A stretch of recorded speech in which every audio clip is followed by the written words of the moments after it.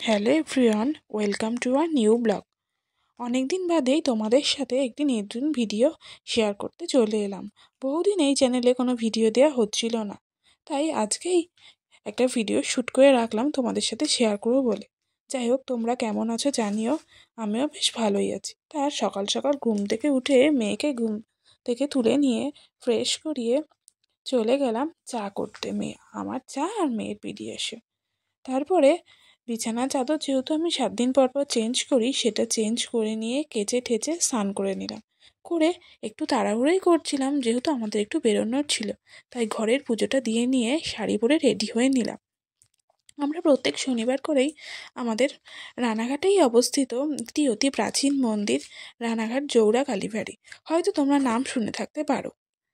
তাই সেই মন্দিরে চলে গেলাম আমরা তিনজনা মিলে পুজো দিতে। তাই তোমাদের সঙ্গে শেয়ার করলাম ভিডিওটা। ওখানে অতি প্রাচীন একটি কালী মায়ের মন্দির আছে। এছাড়াও আছে শিব ঠাকুরের মন্দির এবং বারের ঠাকুরের মন্দির। সেখানে পুজো দিয়ে নিয়ে প্রসাদ খেয়ে এবং এই মানুষগুলোকে যথাসামান্য কিছু দিয়ে ওনাদের কাছ থেকে আশীর্বাদ নিয়ে চলে আসলাম বাড়িতে। যাই হোক, ভিডিওটি কেমন লাগলো কমেন্ট করে জানিও। Bye bye.